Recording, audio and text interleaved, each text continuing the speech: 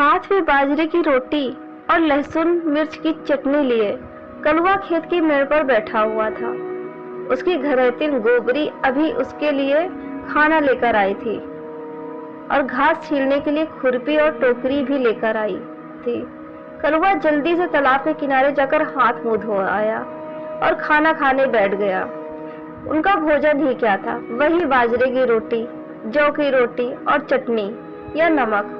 बहुत अच्छे दिन आ गए तो थोड़ी सी दाल और तरकारी मिल जाती थी, वरना उनके 12 मास तो एक जून चबैना और एक जून चटनी रोटी पर ही चलता रहता था। दूध घी का रंग भी वो लोग भूल गए थे। कलवा की आंखों में आंसू भर आए। क्या भगवान इनकी कभी सुध नहीं लेंगे? क्या हम केवल मेहनत करके अमीरों का पेट भरने के लिए ही बने हैं?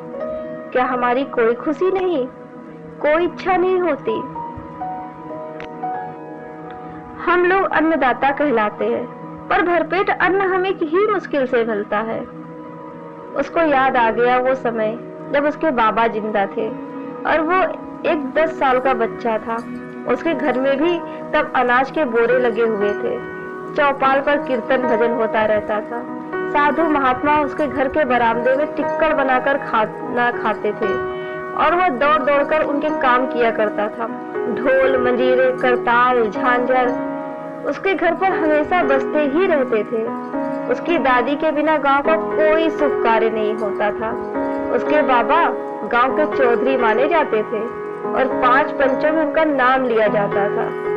लेकिन हाय रे विडंबना, सुख के दिन अपनी पूरी झलक दिखा भी नहीं पाए थे कि अमावस की काली रात आ गई। वो दिन उनके घर के लिए बहुत ही मनहूस दिन बनकर आया था। उसके बाबा खेत में मेड़ बना रहे थे और कुदाल से मिट्टी निकाल रहे थे। कलवा तब काली चरण कहलाता था। बाबा उसको प्यार से कल्लू कहते थे। वो बाबा के साथ ही रहता था। उसने देखा कि कई सिपाही बाबा के पास आए और साथ में पुलिस का एक आदमी, और उनसे जबरदस्ती किसी कागज में अंगूठा लगवाने लगे।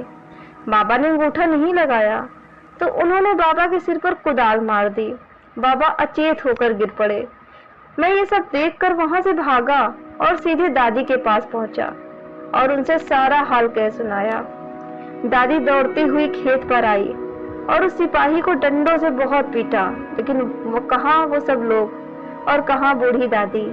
सिपाही ने एक लाठी दादी के सिर पर मारी और दादी भी इस दुनिया को छोड़कर चली गई। सारे गांव में कोहराम मच गया। पुलिस वालों की करतूत किसी से छिपी नहीं थी।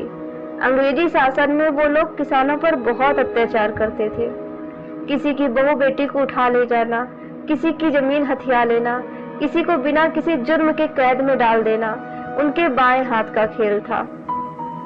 उनके खिलाफ शिकायत करने का कोई भी फायदा नहीं होता था, क्योंकि शिकायत लेकर तो उन्हीं के पास जाना पड़ता था और वहां जाकर रिपोर्ट लिखने के बजाय 2-4 लाठियां पड़ जाती थी।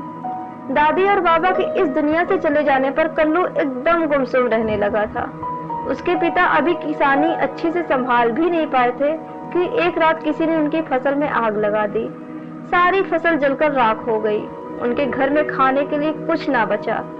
कुछ दिन तो चलता रहा। जब भूख बर्दाश्त नहीं हुई तो कल्लू के पिता मजूरी करने लगे। कल्लू की शादी हो गई थी। उसकी बीवी गोबरी बड़ी खूबसूरत थी।